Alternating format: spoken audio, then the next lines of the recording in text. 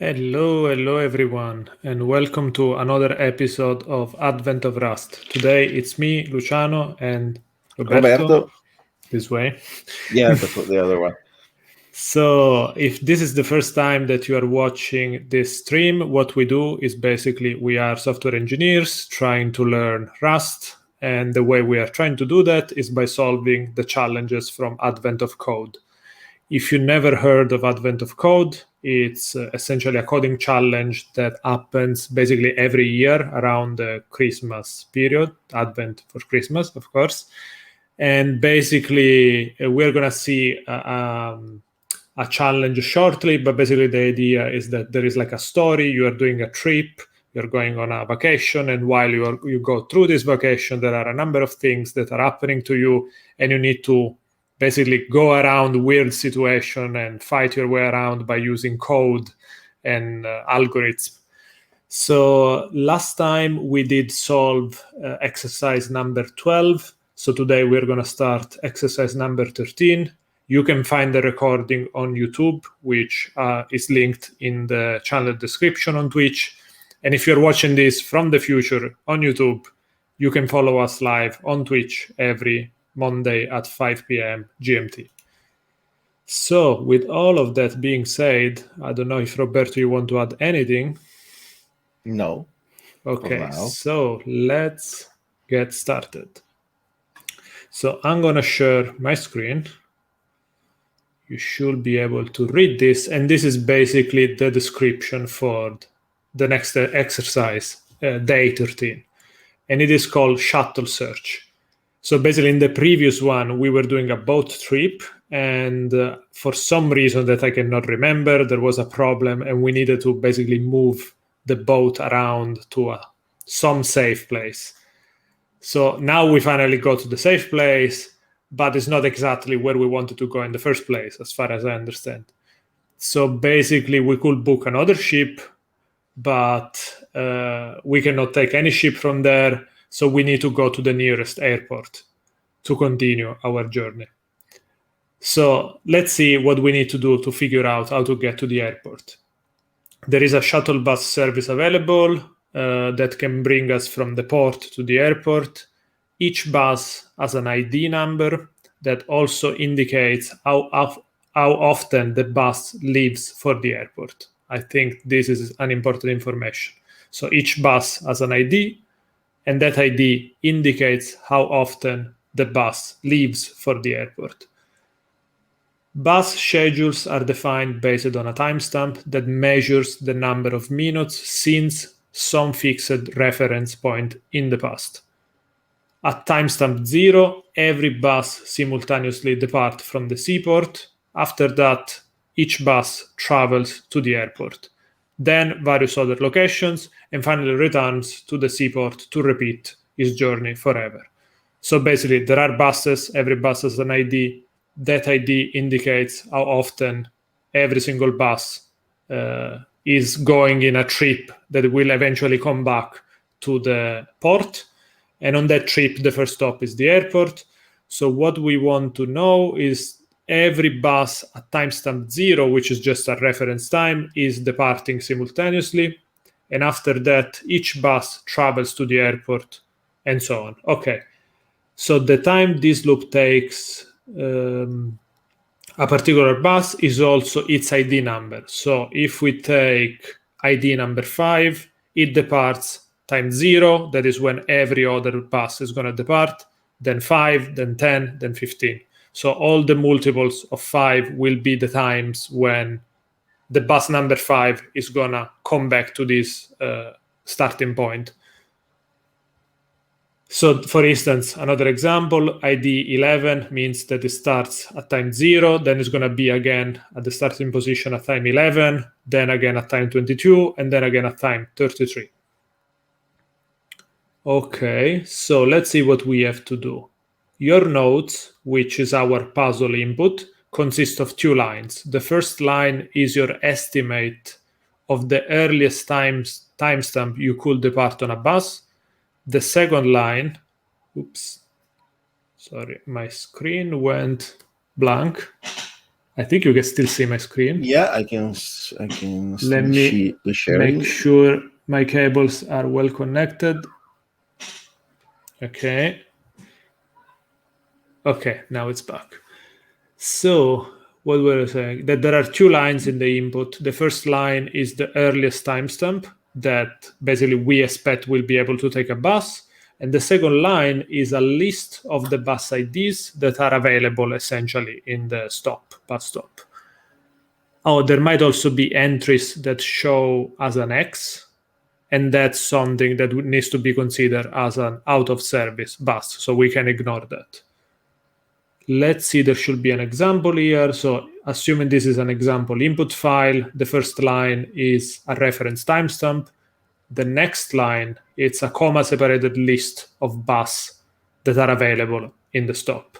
So 7, 13, then unavailable, 59, unavailable, 31, 19.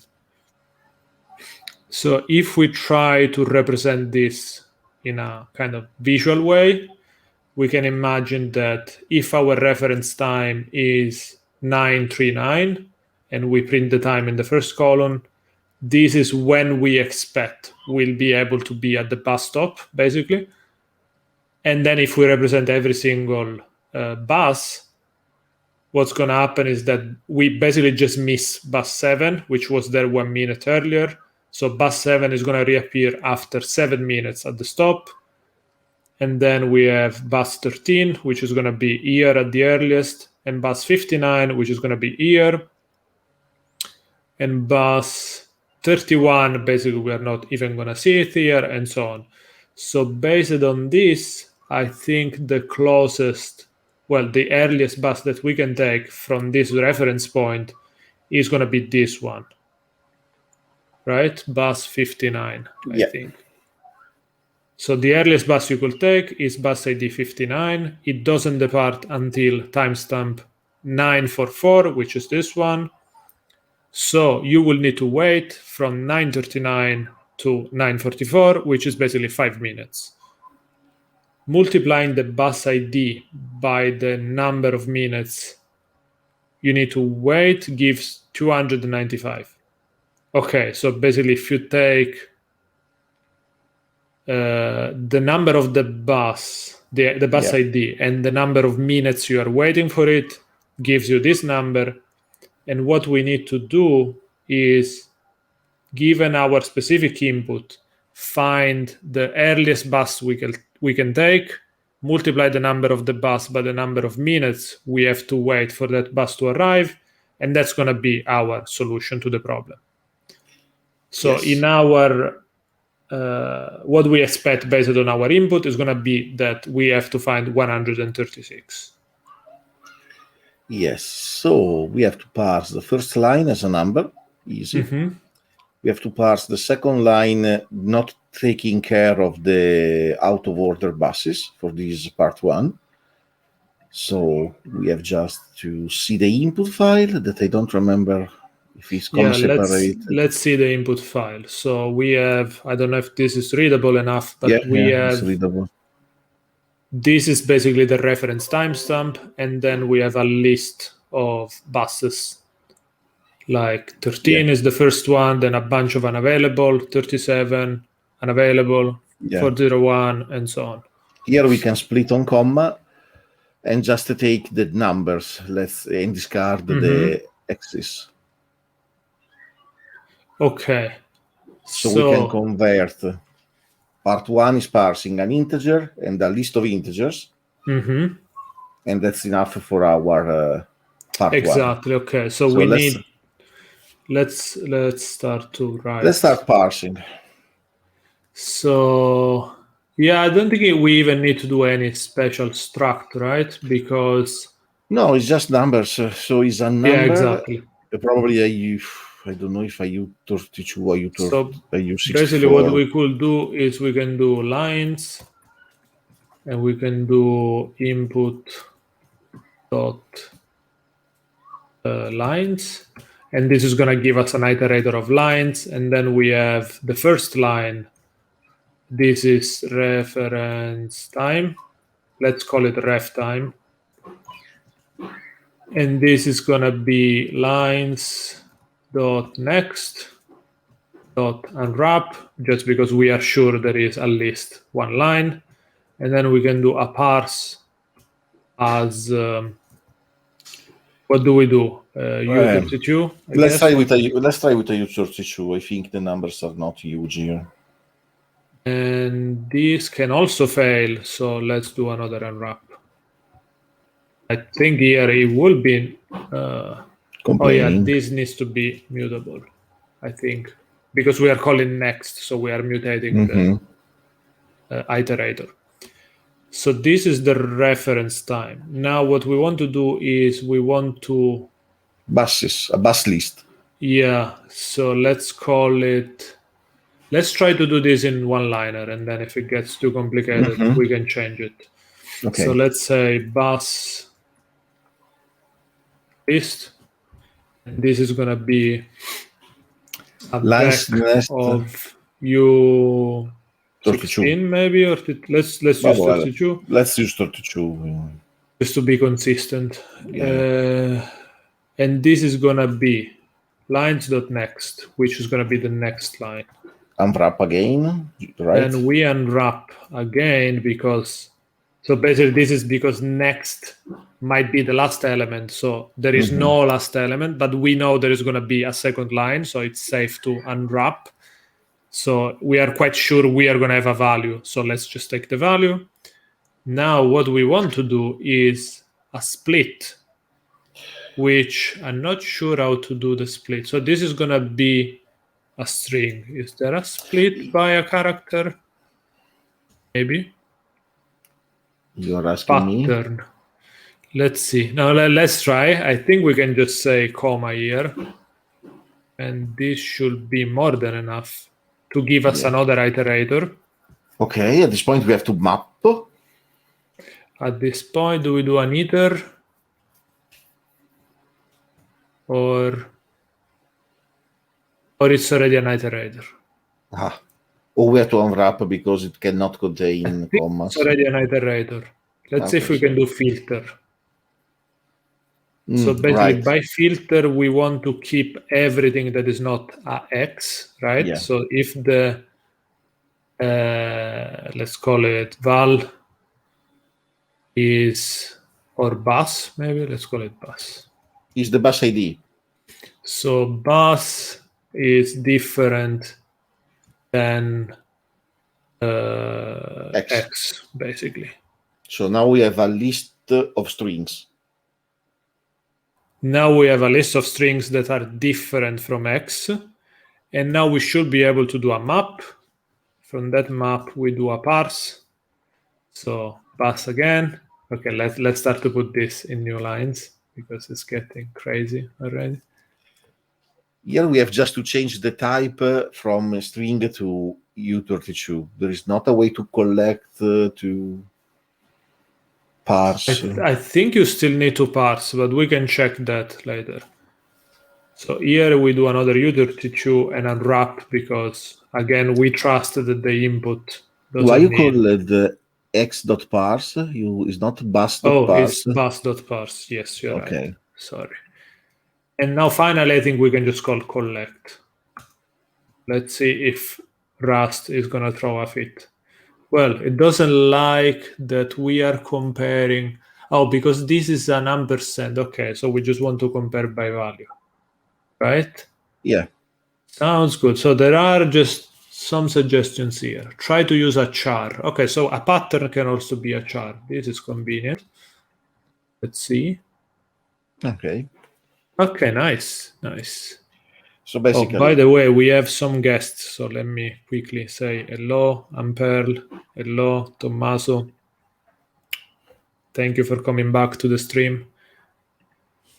Okay, so Roberto, you were saying? Now, if we take our timestamp, that is our ref time, we do that modulo all the IDs that we have in the array. Yes. We will find the last time that a bus departed. the last time that a bus we will find how many minutes we are after a bus that departed, or we will find 0. If we find 0, it means that a bus is departing now. And we are so super lucky. It will be the perfect case, right? It would be the perfect case, but it's not going to happen. Otherwise, it means that, for example, in the example that we have in the Readme, if you can go back to the numbers. Sorry, Readme here. So here, this is the example, we have right? 939. 939 modulo 7 gives us what? 939 modulo 7 give us 1. So it means that the bus departed 1 minute ago. So we have to wait 7 minus 1. We have to wait 7 minus 1. That means 6. Right. Okay. So we can do that operation for every single item in our vector. And essentially, as we go through, we just need to keep track of what's the minimum ID. Well, which ID is giving us the minimum value. The minimum value. And that's basically also the minimum value, because we have to multiply that later. But obviously, you have to keep track of the minimum if you find a minimum. With double checking, if you do 939 modulo 59, you get 54. And if you do 59 minus 54, you have 5 minutes weight that are less than 6. Yes. And so that makes sense. So the winner is 59. Then you do the 5 minutes multiply the 59 that get whatever. We will have different numbers, obviously, in the input txt, but the algorithm seems to work this way. Yes. So basically, what we want to do is, let's see, what's the best way to do this? We can do a regular for loop, I guess. Yeah, we can do let mutable current minimum. Like for bus in bus list, basically, what we want to do. Before that, we can initialize the minimum and the winner, the bus that is the min weight, let's call it, and it's gonna be 0 by default. No, if we start by 0 looking for a minimum, all right. So how do we do that? We need to give it a value. So it needs to be like a max int. How do you do max int in Rust? That's an interesting one. Good question. Also must be mutable. It must be mutable because we are going to change this. Let's search for it. Try u32 : and see. Good idea. See if Rust Analyzer is saving the day. It's not a max int. Max. No, this is just. Oh, maybe this one. Yeah, a capital max seems a good guess. Google it. The largest value that can be represented by this integer type. Perfect. That's exactly what we want. Now in the for loop. Also, let's initialize outside the loop the winner ID that will be that mutable bus ID.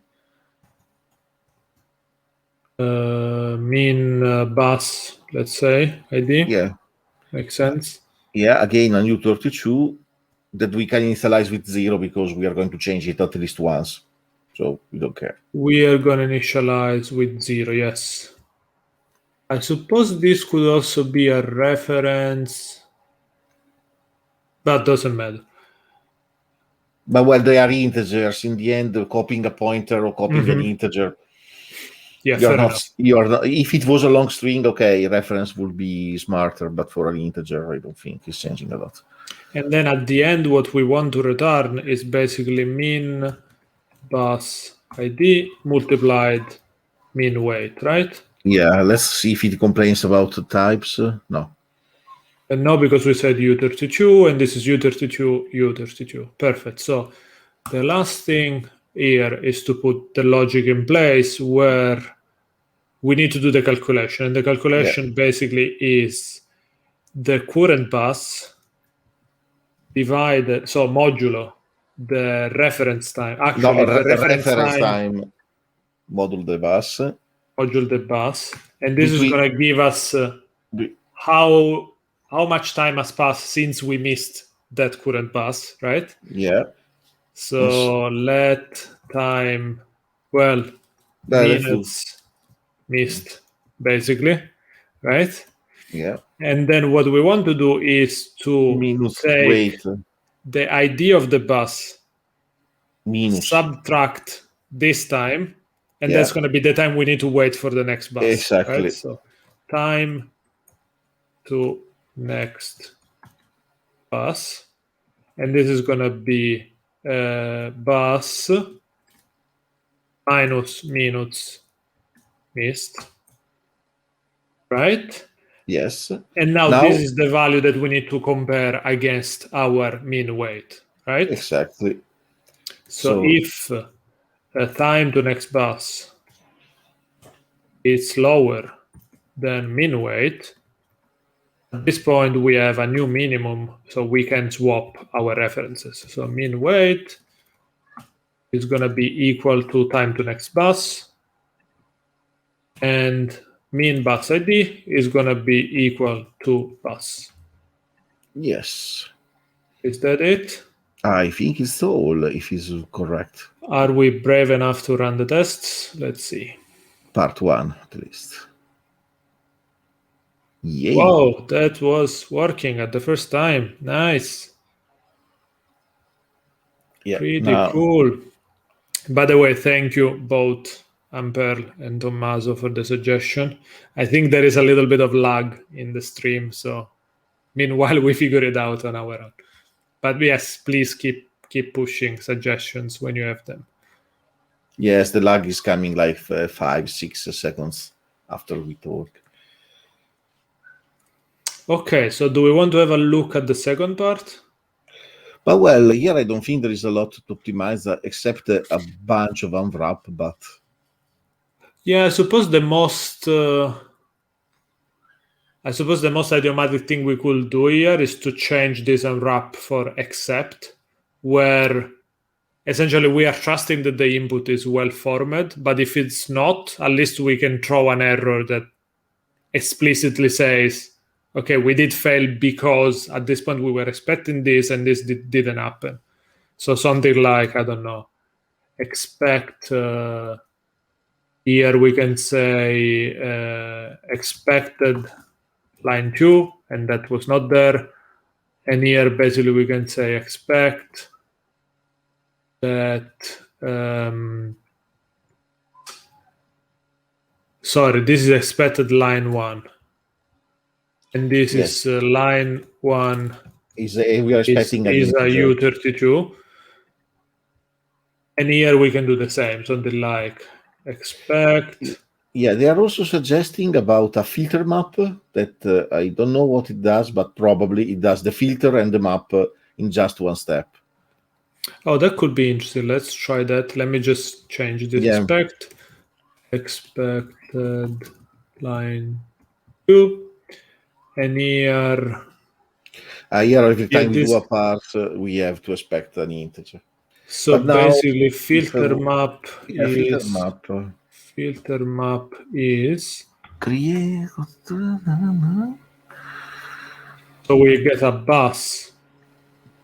Filter map creates an iterator that both filters and map. The returned iterator yields only the value for which the supplied code. Okay, so if we return something, it's going to be kept there, and we have an opportunity to change the value.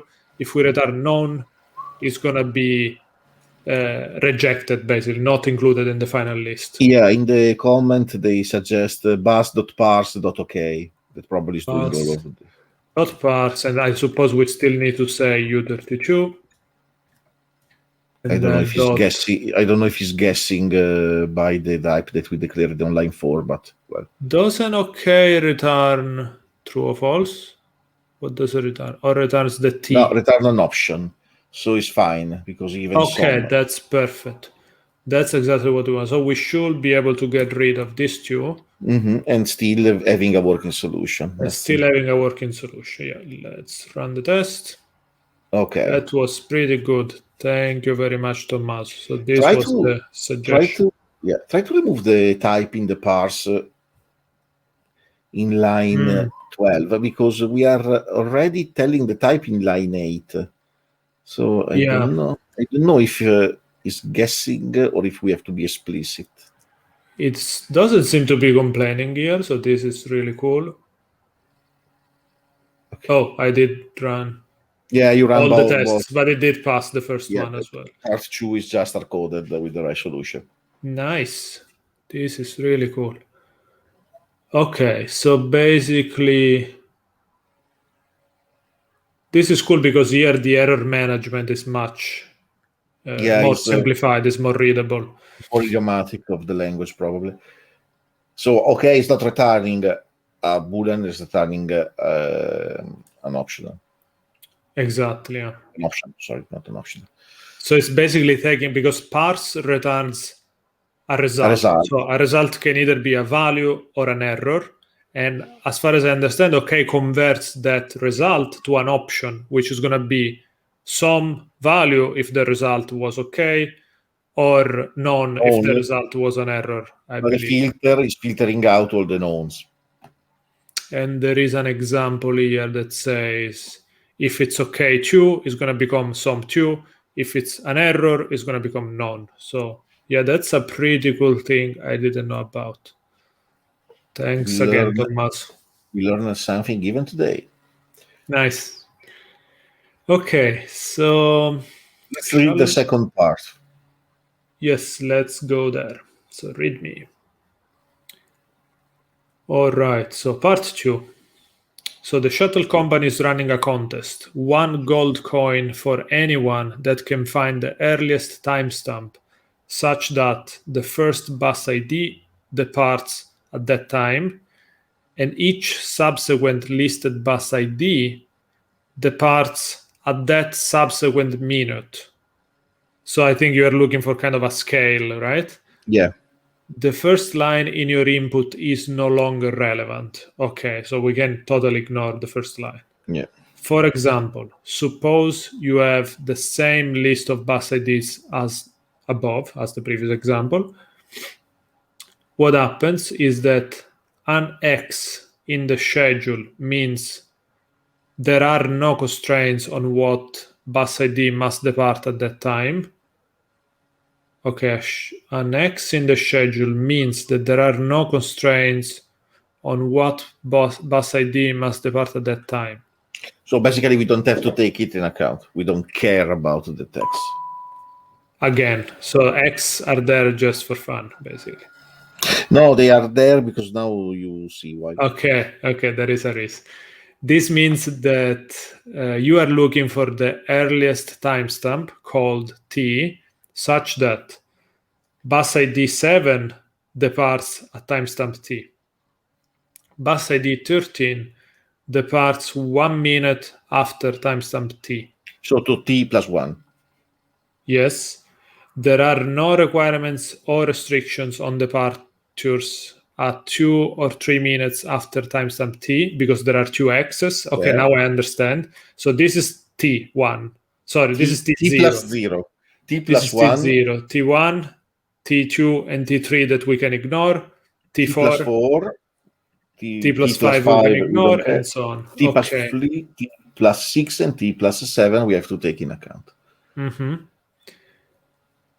The only bus departures that matter are the listed bus IDs at their specific offset from T. Those bus IDs can depart at other times, and other bus ID can depart at those times. Wait, I'm not sure I'm understanding this. Let's go for example, in the list above, because bus ID 19 departs 7 minutes after the timestamp on which bus ID 7 departs, but bus ID 7 will always also be departing with bus ID 19 at 7 minutes after timestamp T. So we don't care if the bus 7 is coming again and departing in the same moment of the bus 19. We just care about the stage that we have with the minutes, from what I understand. Mm-hmm. In the previous let's example, see here this example. In this example, the earliest timestamp at which this occurs is this very big number. Okay, and we can see that D is a random, well, not random, it's a reference point in time. Is the number that you have to give back. Yeah, so it's T0 for us. then we can observe that this is the same time plus 1. Yeah. Then we go to this one, we skip 2, which are the 2 x's that we have here. And then again, there is a d. Now we can skip another one because there is another x. So this is something we can skip. And this one is another d, and then another d. So there is like a scale going down. Yeah, but see in line 88, if you see, there is another bus 7, obviously, that is departing again with the bus 19, but we don't care about it. Basically, it's not important. Okay. So we only care that all the bus are in this kind of scale. In this kind of ladder. So basically, from the mathematical point of view, what does it mean? It means that we have to find a number that is a multiple of the first bus. Yes. So it must be a multiple of 7. We must find a number t, that t plus 1 is a multiple of 13. We have to find the same number that is t plus 5. No, please, t plus 4. Sorry, 5 or 4. I got lost. T plus 50. Wait. T plus 4 is multiple of 59. T plus 7 is multiple of 31. And t plus 7, this is the last one, is multiple of 19. Exactly. So basically, for every single bus, we need to see that the next timestamp for that bus is a multiple of the bus ID itself. Yeah. So for sure, the solution will be a multiple of the first bus. If we go in our input txt. Or I suppose another option will be that we just take this one, we do plus 1, which, I mean, we keep increasing this number as we go through the buses, and then we just need to check if that's divisible by the bus ID, right? Yeah, and if we find that is not, we have to roll back and try again. And try with the next multiple of the first bus. Of this value. Yeah, next multiple of the first bus. This is the brute force approach. I have the feeling that there is a mathematical solution here, but I don't know it. So let's go with the brute force approach. Probably what we can do here, just to check if our algorithm is correct, is taking the example that we have in the README, doing a part 2. Oh yeah, we can just copy paste this guy as input. As input. Sounds good. Yes. And we can try on this that is smaller than the input txt1, that is longer. So in part 2, so what we can do part 2 example, basically. Yeah, part 2 example. I don't know, call it. And what we want to do is the same stuff, but rather than doing include, we are just going to hard code the value from the example. We have to hard code a first line that will be discarded because we don't care. Put a 0 in the first line. Yes, so this is going to be 0/n. /n, and then the input from the README, that is. We have to remove probably we have to remove the back quotes because that is the markdown. We have it here, I think. Yeah, this one. Okay, perfect. So this one, and the number that we expect is what? 1068781. Yeah. So this is what we expect. This needs to be a test as well, so we can run it. Okay, and now we can start to write the code. So the first bit, we can probably copy most of it. Well, reference time, we are just going to skip it. So let's just say, oh no, wait. But we have to go through it. We need to, this time we cannot just skip the access, right? No, we don't. We have to get back at this point a list of ID and offsets. Or another approach will be that we have a list of optionals where you might have a bus or not.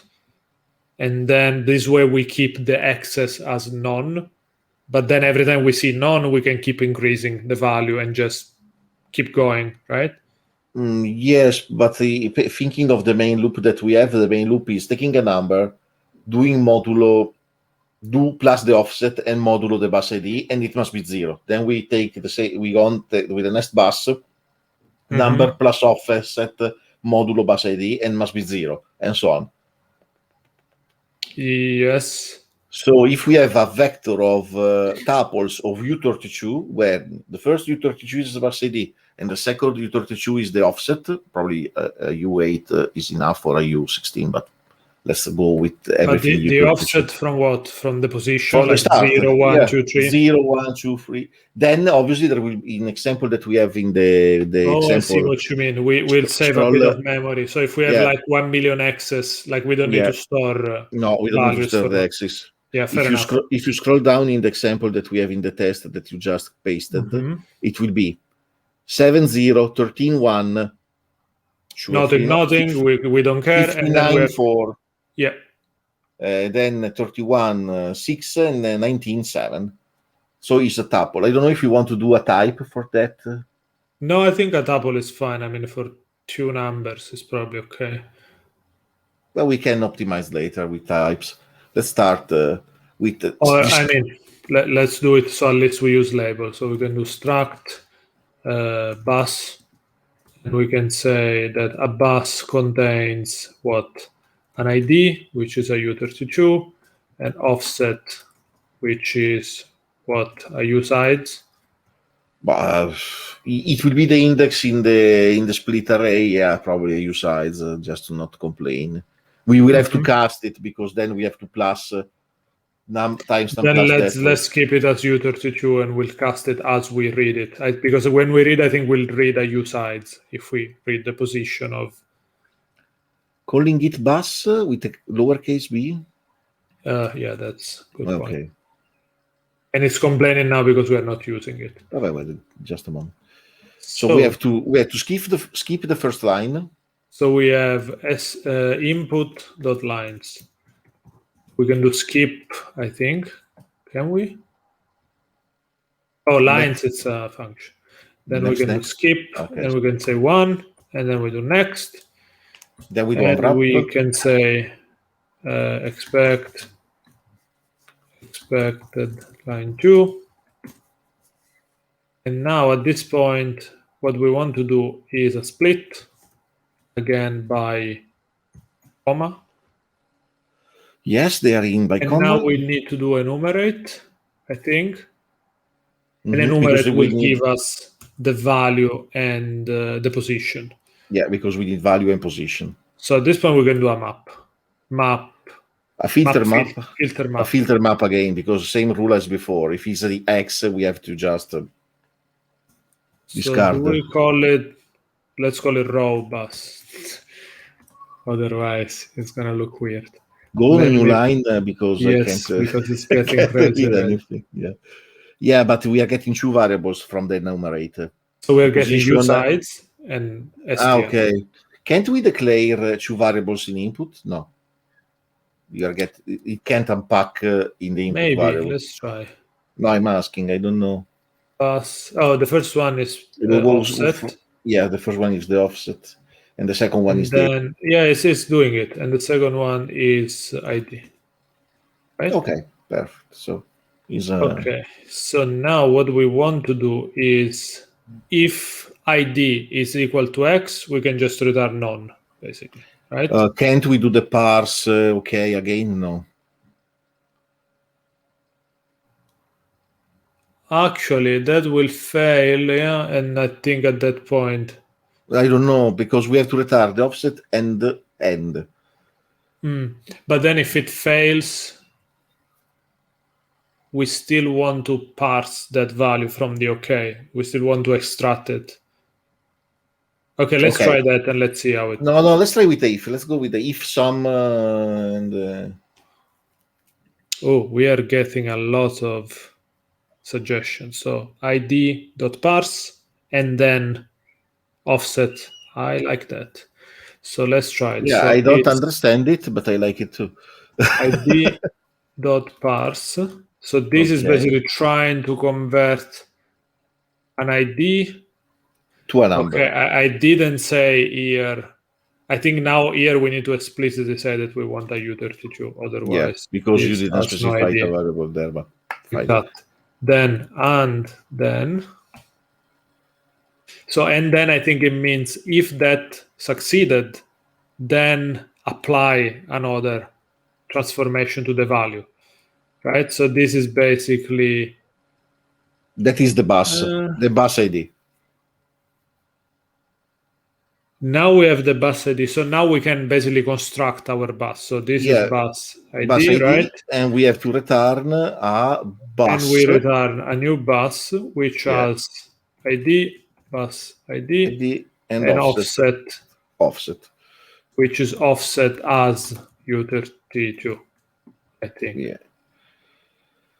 You need a semicolon. Yeah, I think so. You need a semicolon on 38. Okay, now of course we need to do let buses. Is there a plural for buses? I don't know. Which is a vec of bus, and this is going to be all of that, and then we need to do collect. Oh yeah, sorry, no. Trigger the. Oh wow. Okay, and it's complaining about something. Cool. And it's complaining because I think here we have okay, which again Tommaso is suggesting very kindly. Because that, and then I think it's still returning an option. No, it's still returning a result, and then we need to convert that result into an option, right? So I think this is fine. It's complaining about how we initialize the bus. Trying using a variant of the expected enum. Wait. Mismatched types. It's it's looking for a result. So here this needs to be an okay of or sum. Of this. Sum or okay? I think okay. Let's see, because I think this is a result and it still wants another result. Sorry. Is expecting another result? Yes, it's expecting an okay. And then we converted that result into an optional with okay. Okay. And now it's complaining about everything. Perfect. But now it's giving a suggestion. Let's see. We can do NTH. Okay, thank you. This is useful. NTH 2. NTH is base 0, base 1. Good question. I removed the lines. I am an idiot. I need to do NTH. Is it base? Returns the nth element of the iterator. So NTH 0 returns the first. So we need 1. Yeah, and we can remove next, I think. And this will return an option. So we need to expect to get the value, then split, and so on. Okay, what is it complaining about here? By default, bind instead of map. Using the result and then, which is more succinctly expressed as map. XY. Okay, so it wants to do a map of this. Why a map? Because it's kind of doing all the magic for us. Sorry, I got lost a moment. So let me revert because I think it's easier to visualize what's going on.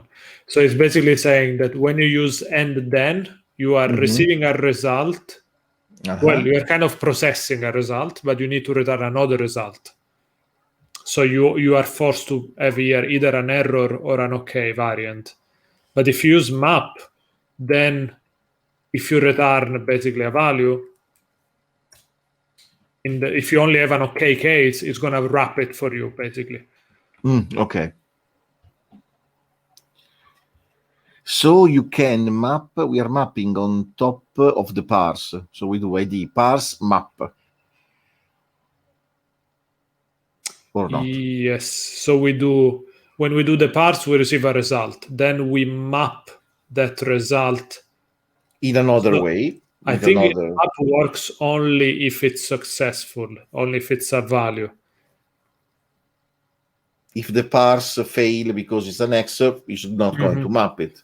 Exactly. So if it's an error, it's going to automatically return the error. Otherwise, if it's a value, if it's an okay variant, it's going to allow you to change that okay variant. And we just change it to a bus, but it's going to automatically wrap it to another okay. Can we print line buses. Can we print? Oh, yeah, of course. Here just to visualize it. I think we need to implement debug here. We need to do the drive debug if we want to visualize all this stuff. And what do we do? If you run it, this one is already debug mode. Okay, and this one it will fail because we are returning the wrong number. But run it. Let's make it. Let's be smart. Okay, so it's saying offset 0 is bus number 7, which I think it makes sense. Let's put this one here. So this is, then we have 13, which should be 1, 13, 1. Then we have 2 and 1, 2 and 3, which are skipped. So this is 4, 59 is 4, then 5 is skipped, then 6 is 31, 31 is 6, and then 19 is 7. Yeah. Okay. That seems to work as expected. Yes. Now we have to start with a multiplier that can start from 1. I think there was another suggestion here at the end. There were other examples. With so many IDs in your list, surely the actual earliest timestamp will be larger than this value. But we know the result that is a U64. So okay, so that's something to start to keep in mind. Do we care for this? But for the small example, no. But okay. So let's start with a U32 and then we'll change it later. But the return value is a U64, so we have to cast stuff. So the brute force approach is starting with a multiplier by 1 and then go inside a loop that increment this multiplier by 1 and so is checking. We have timestamp. Let's just call it timestamp, which is a U64 and it's 0, and this is what we return. But now we do basically a while true, right? A loop. Yeah, but we're returning inside the loop. But well, let's initialize a multiplier, not the timestamp. Multiply. Oh yes, you're right. Our result is the first. Is the first bus, the one with offset 0. Let's call it mult. Yeah. And this is not. This is basically buses either NTH first, and we know there is a first, so we unwrap. No, you start at 1. We compute it inside the loop every time. We compute it. I'm not following you. Initialize that to 1, then it will be more clear. And then you can take what you are writing, keep it. Initialize the first bus to that number. Let bus ID 0, I don't know how to call it. Starting. Yes. First bus. First bus. Like the first element of that. And bus. We just want the ID, right? We want the ID of the first element of buses. So let's say first bus ID. And this is first unwrap. And then we do. Why it doesn't show ID? No, it's not. Should be able to get ID, right? But it doesn't like first. Oh, because we don't need an iter, I suppose. It's already an iterator. Yes. Okay.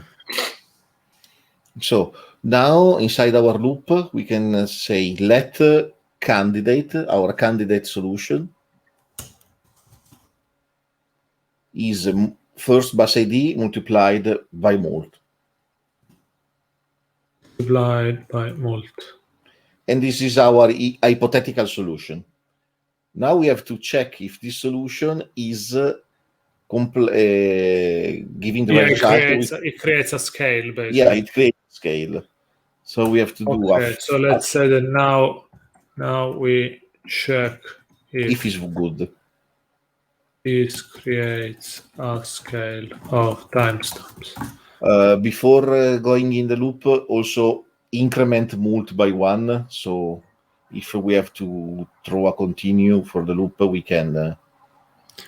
So after we do this candidate, right? Yeah, after we compute it, we mult plus plus. I don't know if there is plus plus in plus equal. No, Well, yeah. but we need to make this mutable.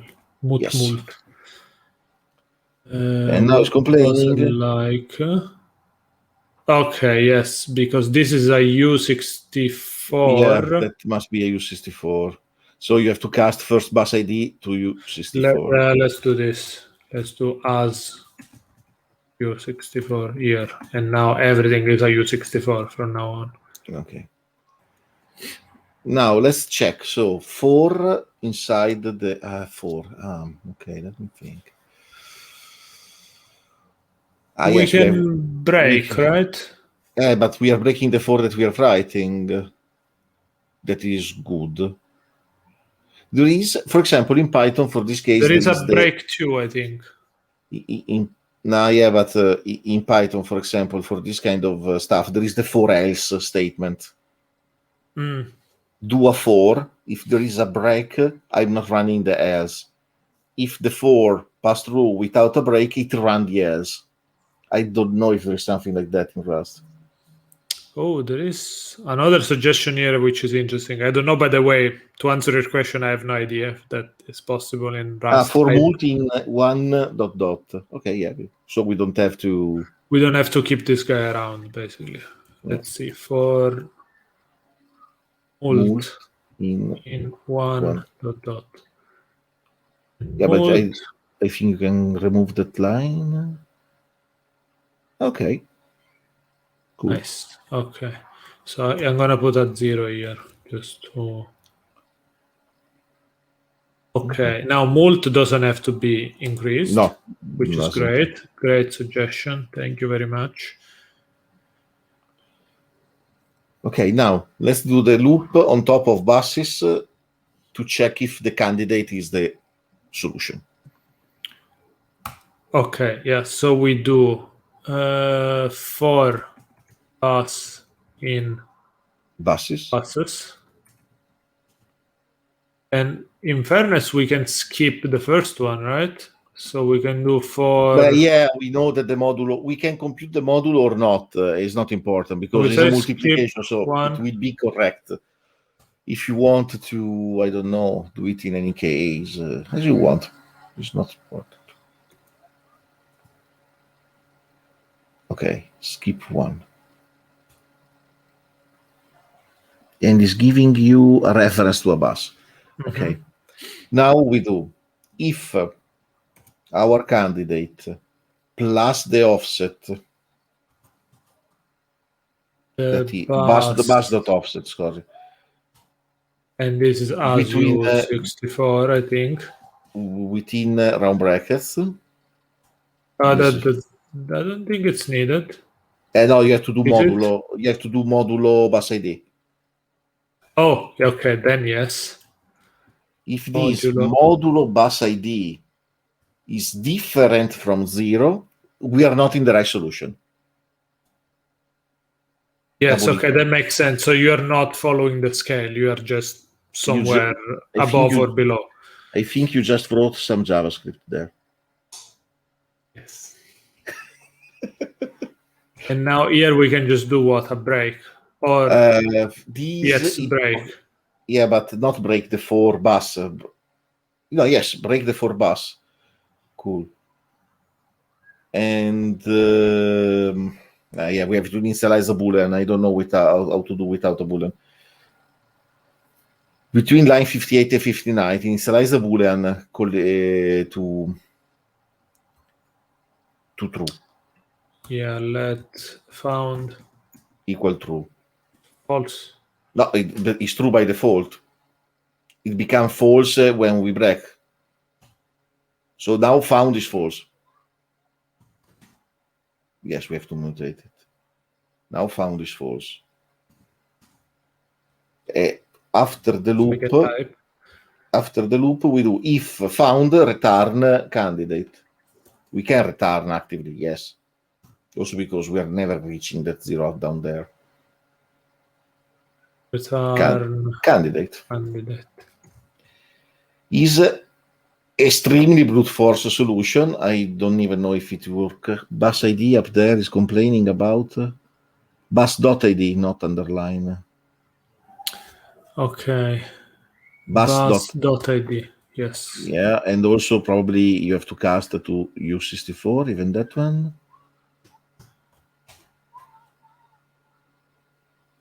Okay, now we have a bunch of suggestions. So we have either filter first. I'm not sure I understand this one. Yeah, because I don't know on top of what. Yeah, so let's ignore. Maybe you are looking for ether.any. And again, I don't know on top of what variable. But there is an ether on this find. one. Okay. There is an ether.find in the last suggestion from that one that probably is doing this stuff instead of having buses dot ether dot find and then the rule to find something. I don't know how it works, so we have to take a look. There is here as well, buses ether dot find. But the problem is that we are not trying to find one element. If I understand this suggestion, we want to go through every single element and make sure we are following this scale of timestamp. So the timestamp is always increasing by the offset, basically. And the first time that we find something that is not modulo 0, we have to say, okay, this is not a right candidate. Let's try the next one. So I think this solution will make sense if we are just searching for one element with a certain property in a list or in an iterator. Well, I don't even know if this is working, so let's try to run the test and see if it works. And then we try to... Then we can refactor, yeah. Also because I don't know how long will it take to run the real test, because the example is short. Exactly. Okay, so let's remove this one. So let's try... Yeah, the short one. Small one, yeah. Mm-hmm. It did fail. So what did we return? Failed? Why? It was very close. So it's probably some off by one error. So we returned this number with 81 in the end, and it was expecting 88. So it must be an off by one multiplier error. Right? Okay, our solution is 106.87.80. Are we sure of that 88? Go back in the README. README, it's saying that in this example, this is the value. No, you copy and pasted from the wrong one. Go above. Above. See, is 106.87.81 on line 70. Ooh, okay. You took the wrong... because this was the... That is the example. Look, at 88, they part together, but we don't care about 88. You copied the wrong value. Yeah, fair also fix the README. Thank you. So we did implement something good, but... Okay. Try to run the real part 2 test. I think it will time out. No, it was not time outing, but probably we can go take a coffee in the meantime. Yes, meanwhile we can answer some questions. So let's see what happens. Let's see. It takes long, yeah. Okay, so let's try to answer some questions meanwhile. So I think our solution is not clear. Well, let's go with the problem first. Our solution is not even optimized, but let's see. So basically the problem is asking us that let's pretend for a second that we actually built this table, like timetable of buses arriving at certain times in the future, right? So what we want to find is the first time that there is like a nice scale here of buses arriving 1 minute, one after the other. Now, it's not exactly 1 minute after the other. For instance, here there is a 3-minute gap between this bus and this other gap. But if you were putting here an X and another X, like this X will be 1 year and 1 year. and there was another X somewhere here, I think. Right? So if you put all the X's, like here, there will be another X. Basically, what happens is that these guys are always arriving minute 0, minute 1, minute 2, minute 3, minute 4, minute 5, 6, and 7. So the reason why, if I understand the question, why here we are just doing a break is essentially we want to go through every single item in that list and make sure that that property of +1 applies all the time. And if it doesn't apply, we can just break. It means that our solution is not good enough. Right? Yeah, it means that the solution is not and we need to check the fulfilling, next multiplier. So the next 7 minutes, basically, if considering that we know the first bus, it's number 7. Yes, I was thinking that we can do a small optimization, but it will still run in a lot of time because we have very huge numbers there. Okay, so meanwhile, we have another suggestion, which, by the way, I want to ask before we go into that suggestion if this explanation makes a little bit more sense on why we are doing this. Of course, probably it's not the best way, but this is our thinking right now. Okay. I have 2 optimizations. One is very stupid. We can do that and try them in the test that is short. The how is called the part 2 example Small, test. yeah. Allora, the first optimization is on line 60. By the way, before we do that, there is a solution, well, a suggestion here that says test in release mode to enable optimization. That probably will run it much faster. Because Rust by default, when you run the test, runs in debug mode, and that can be slow. Now, I believe that if we want to run this test in essentially release mode, we just need to add the flag -- release. So we can try that. Let's try.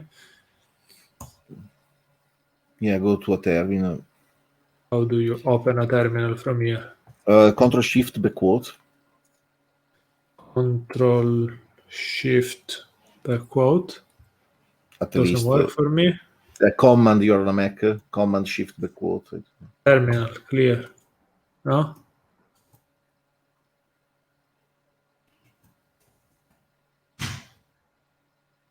Try Command. Open new. Create terminal. Why Python? Okay, whatever. Doesn't matter. Can you just run this, please? Without installing Python?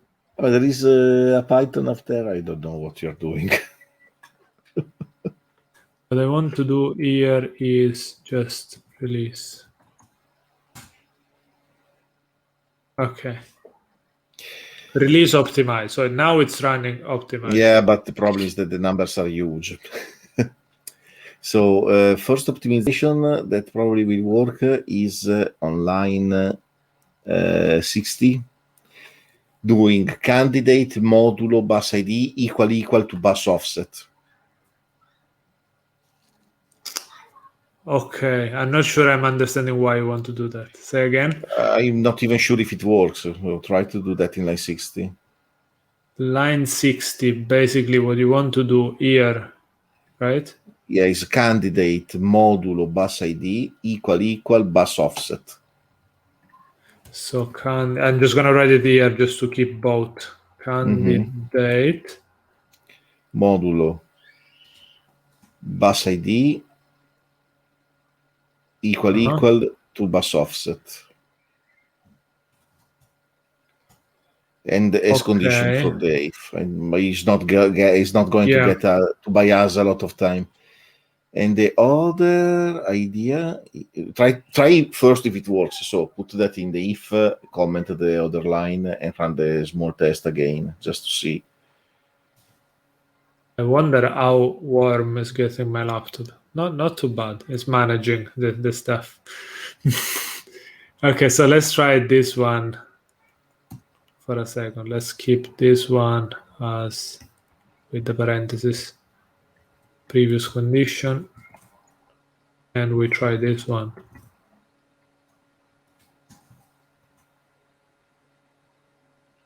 We need to do all the casting, right? Because this is U64 as U64.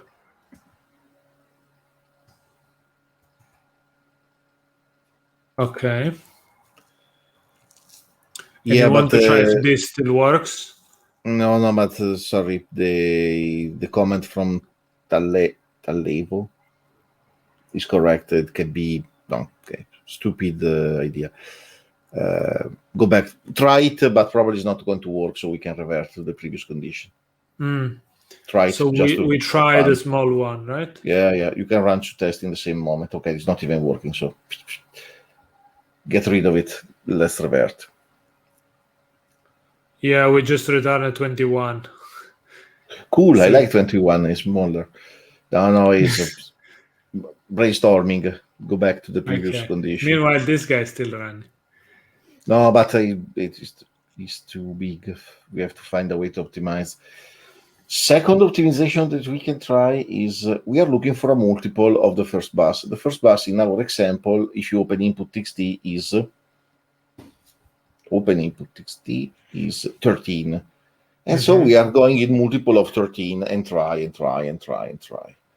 But we know that the number will be multiple of something plus the offset, and we be multiple of there is a 613. I see there. So if you scroll right, what is the biggest number that we have there? 613. And I think this is the biggest. I'm wondering if we try to find. So it's useless that we go 13 by 13. So can I propose something? We have to jump 614 by 613. So 613 by 613 minus the offset, because is that the number that will be the right candidate. So we have to find the biggest. Okay. The biggest. The highest ID of our buses, and then compute the candidate with that one, with mult, that is always 1 ... and that number minus the offset of that number. So we have to find, and this can give us a little bit of optimization. I don't know if it is enough, but let's try. Yes, the problem is that we'll need to find that multiplier of 13, which is also a multiplier of basically is also divisible by 613 plus its own offset. Is the timestamp plus the offset that must be divisible by 613. So the first number that can be a good solution, let's think, what is the first number that is a t that can give you a multiple of 613 plus is offset? I don't know what is the offset of that 613. What is the offset of that one? Let's say that is 20. I don't know. I'm just telling a number. If we go 613 multiplied by 1 by mult minus 20, we find the first probable candidate. But then we have to test against all the scale, but that will allow us to have a quick exit for all the cases. Even the first one at this point, even the first one. So let's try this. But how do you find the number? Because you can do. You have to find the maximum. The first number that you have to test is multiplier multiplied by the 613, that is our max, minus, we have to remove the offset. Because in that way, that number is satisfying the bus 613. Then we have to check if it satisfies also the other buses. Do you have to remove or add the offset? You have to remove the offset, because then you are adding the offset in the if. Okay. Let's go back to our 4. Let's go back to what? To the code. Or do you want to do an example here? basically 613. Like you need to basically keep multiplying 13 until you get to 613 minus offset, or not? No. You start with mult at 1. Mult start at 1. Okay, we have it. Okay, right? let's clean up. Yeah, don't think about 13. You don't care about 13. Let's find the maximum buses. The maximum buses is the bus 613. In line 55, when you compute the candidate will be the maximum bus ID multiplied the multiplier minus let's do that of first. the maximum. Maximum buses ID. Then we need also the offset. So I don't know how to get both of them out with a max.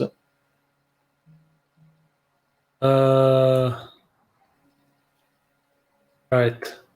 We need the value and the offset out of this. If you do max, no, but we have buses. I suppose we can just do max by or something like that. Max by, I think, by key. Yeah, by key, but there is no key. What is the key? Let's see. Returns the element that gives the maximum value from the specified function. So, oops. So and basically, max by here, and max by, what is doing? What is the difference between max by and max by key? Question. Returns the element that gives the maximum value with respect to the specified comparison function. Okay, so here you need to explicitly say like A and B and compare. I think. Here you just say max by key and just return one value. So from one single, without comparison, baby. Okay. So I think we just need to return bus ID. dot ID. Okay. Right? Okay. And cool. Is there going to be not going to be a U64? It's going to be a bus. Okay. Perfect. Now change line. 56. This is probably an option. Yeah. So we need to unwrap. Well, because we can not have we can have an empty, right? Yeah, it could be empty, and so we have to unwrap. And this is a reference. Makes sense. Okay. Now in line 56, let's just call it max bus. We compute the candidate doing max bus ID multiplied mult. So instead of first bus ID, we use the max bus dot ID.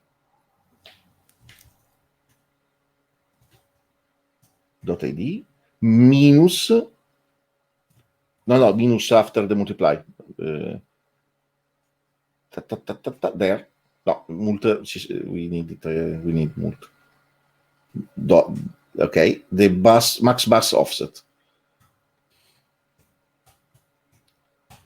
Okay.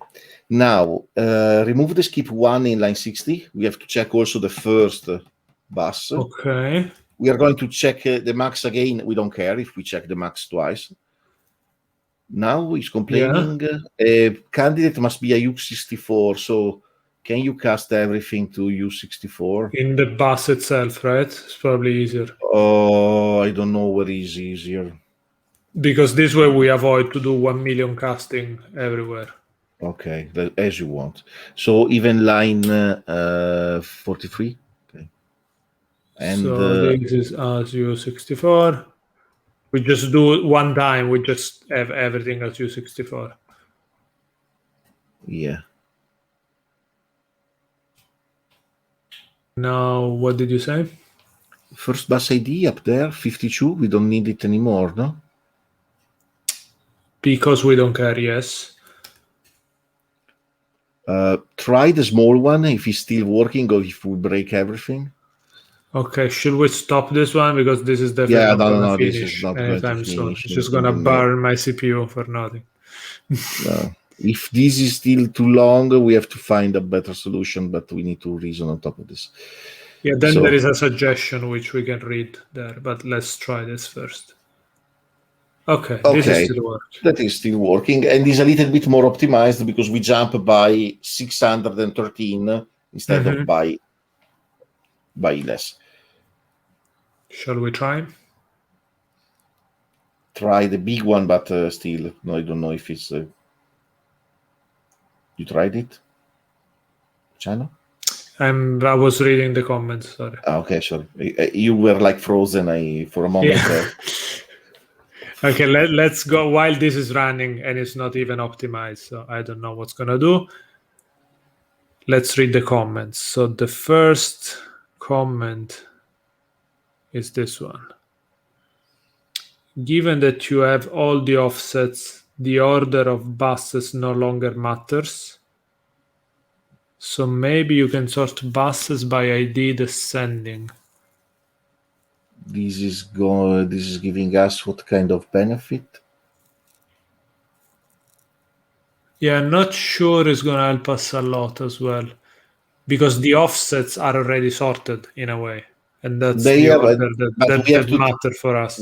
We have to test all the buses, and we have to fail as soon as possible. But even keeping the ID sorted is not guarantee us that we are failing because the biggest ID failed before the smallest ID. With modulo, it can be, I don't want to say random, but more or less. I suppose this was the following bit. So if you sort by ID descending, you have the maximum at every iteration. So I suppose, yeah, you kind of increase your chances of exiting earlier, maybe. But then you are paying a little bit of upfront cost for sorting. We are computing the maximum only once. We are not computing the maximum inside the loop. Go back to the code.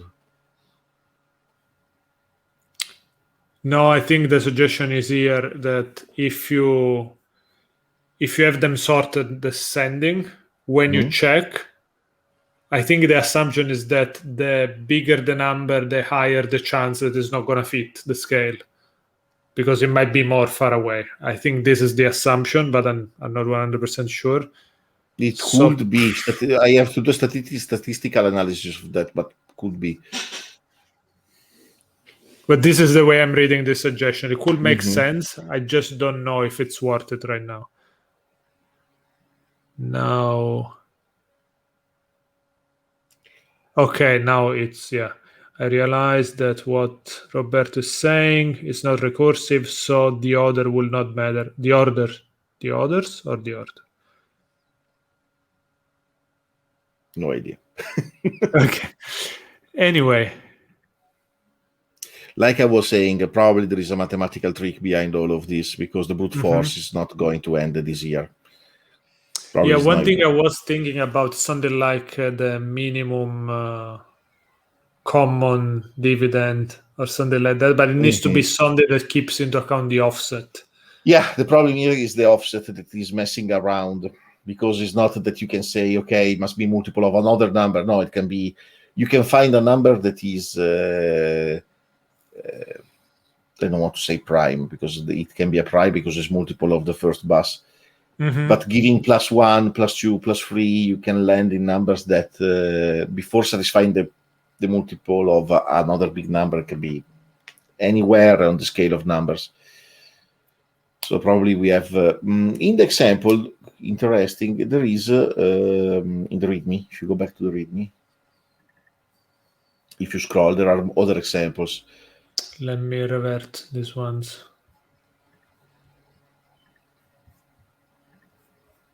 And this if you scroll, okay, sorry. Go on with your... If I scroll down, there. Yeah, there, line 104, they say, those 4 boxes give you this timestamp. If we add an X in the position 1 and we move, we offset by 1 the other 3, obviously we have a different number that is bigger. Yes. But if we offset again between 7 and 59, we change number again and becomes bigger again. So I think they are giving us these examples to make us think on top of those examples. But still, there is a mathematical trick that I can't figure out here in 1 hour. So probably we have to take our time to... We can be happy that we wrote something that is working for the small test example. And we can take our time to think of a more mathematical solution. So we are not computing the max in every loop. No, I don't think so. Check make again. Sure.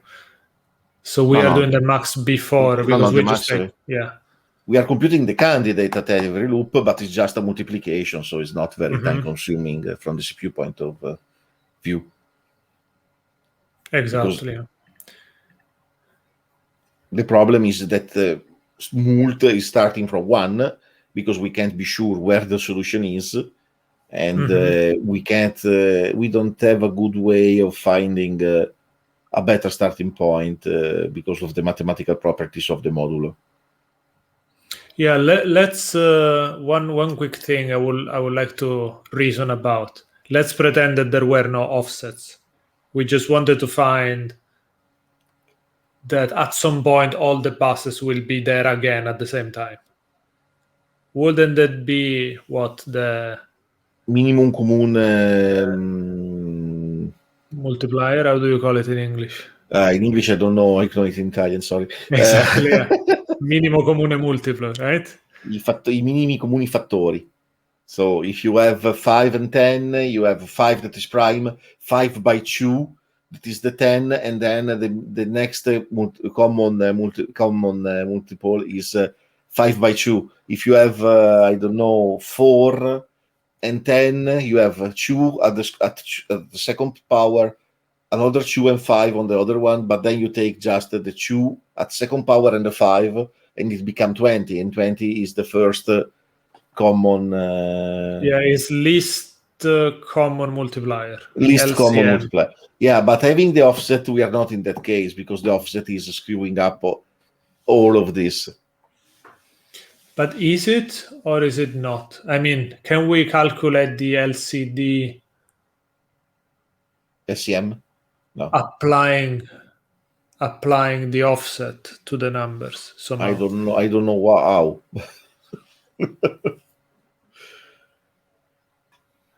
Yeah, also I'm not sure how calculating the LCM, whatever it is. But the LCM, you do the composition in primes. So you go dividing by 2, then 3, 5, 7, and so on. Then you have a list of numbers and power of the numbers. Then you have to take of the common factor the highest one, and just multiply all them together. So that will be what will be more than O of n, I think, for doing sure. What? Computing if you want to, computing all of that. Computing depends on how big is the number, but our biggest number is 613. It's not that huge number. But the problem is the offset. It's not the 613. It is okay. You can go on a little bit, but you will end quite early. So will probably be something in the order of n log n, probably even less, to do all of that. But then we'll need to do it multiple times, because every attempt will be again that n log n, right? No, well, the factor of the buses ID are always the same, so you can compute them once. The problem is that then you have to apply the offset on top of it, but I don't know how to apply it. I can't figure out. What I'm thinking is that the offset is something that you have base numbers, and every loop, to every number you apply its own offset, multiply the number of iteration. And then you calculate the LCM again. What we can do is take the solution. The LCM, what did it give you? It will give you the starting point, right? It will give you the timestamp. So we maybe need to do that only once. In theory, probably what we can do is taking, for example, 7 is a prime, 13 is a prime, 59 is a prime too. 13 is probably a prime. Probably they are all primes, those numbers. No, in the example, not in the... Let's reason on the example that we have less numbers. Okay. Are they all prime numbers, those guys? 7, 13, 59, 31, I don't know about 59. If you go online, you can find a list of all the prime numbers below 100. Yes, it is prime. Yeah, it is prime. Okay. And what you get if you take the solution that we know being this one, yeah, the small one. Yeah. Try to divide it by 7. What do you get?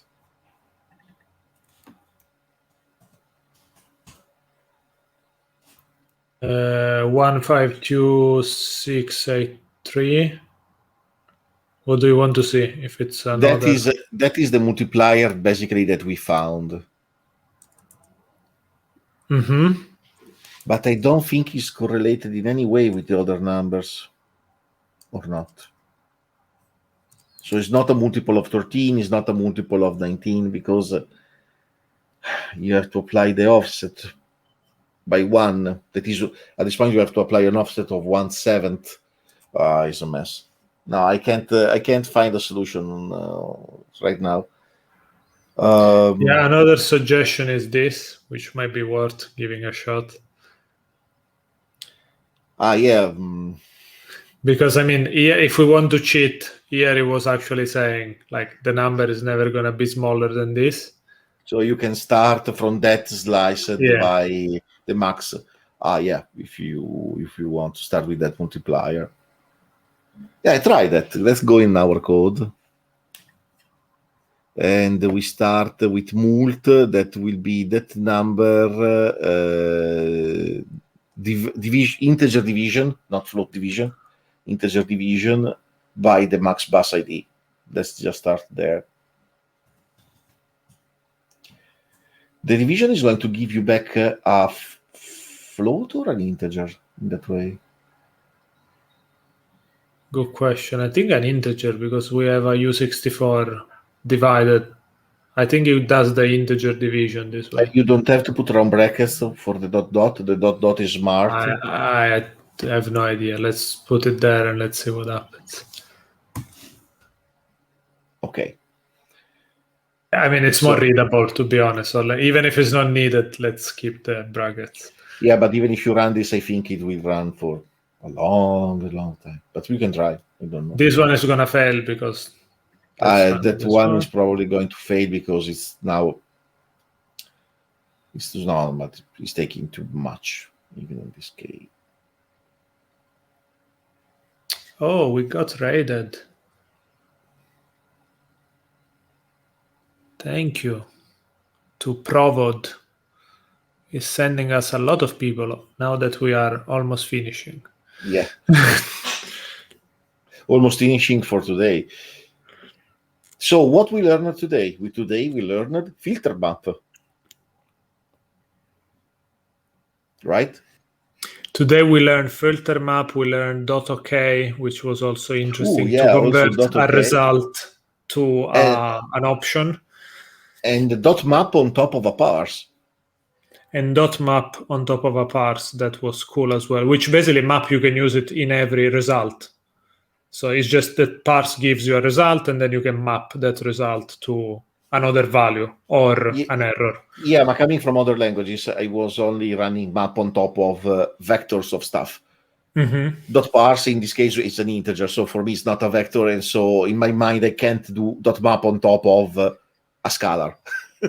I can only do dot map on top of a vector. Instead, in Rust, you can dot map on top of a result. Obviously, the result is 1 or 0, contain 1 or 0 elements at that point.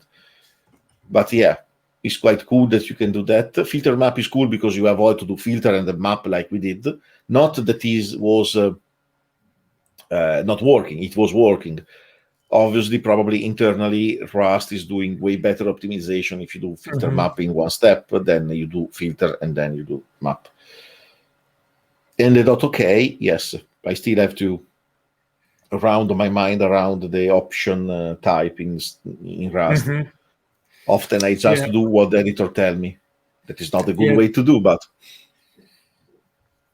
I expect map could work also on optional. It's probably just allowing you, like, if the value is some value, then you can map it to another value. If it's known, it's probably going to keep a known and just move on. So it's basically map applies in the context of results and options and allows you to change the value if there is a value. Otherwise, it's just going to keep either the error or the known. Cool. So let's wrap up. And probably by the next time, this will have stopped running. Yeah. So since we have 40 viewers, I'm just gonna take the opportunity to thank you, Provod, again for rating us. And I'm going to explain what we did today, because unfortunately we are about to wrap up, but you might find this interesting for next time, and maybe you might consider us worth a follow. So what we do, we are a group of software engineers that are trying to learn Rust. And the way that we are doing that is basically every Monday, generally 5 p.m. GMT, we meet here in this channel and we try to solve Advent of Code challenges. We have also a YouTube channel where you can find the previous recordings, so go and check it out. You'll find the link in the channel description here on Twitch. And basically, we have been solving the first 12 exercises of last year so far. Today, we were working on the exercise number 13. We did solve the first part. If you never did Advent of Code, it's basically every exercise has two parts, an easier one, and then there is a more complex one. So we did solve the easier one for today. And we have a sketch solution for the second part that works with very small inputs, but it's not optimized enough to work with bigger inputs. So it doesn't really work with the actual input that we need to use to solve the challenge. So next Monday, we're going to have to think hard during the week for an optimization. And next week, we're going to try to implement that optimization. Yeah, there probably will be a formula, and we park everything with a mathematical formula. So yeah, not a lot of coding, a lot of math this time. Yeah, and again, thank you everyone for coming along. I hope you also had an opportunity to learn something with us. We certainly learned from the suggestions we got, so thank you for helping us. And we'll see you next time. Make sure to follow and check out our channel on YouTube, check out ourselves on Twitter, and let's be in touch for the next stream. And remember to send €5 to buy Luciano a new laptop. Yeah, Roberto is doing a crowdfunding to buy me a new laptop. I'm not going to say no. So I'm not giving any detail. You just have to put €5 in a paper and send them somewhere. Random people. Okay, so I'm gonna... Should we raid somebody else? Let's try that. Let's try that. Now we have 40 people, so it might be worth raiding somebody. Is there any channel we follow that does Rust? I'm old. Raid for me was in World of Warcraft, nothing else. Yeah, let's find a Twitch channel that is currently online that does programming.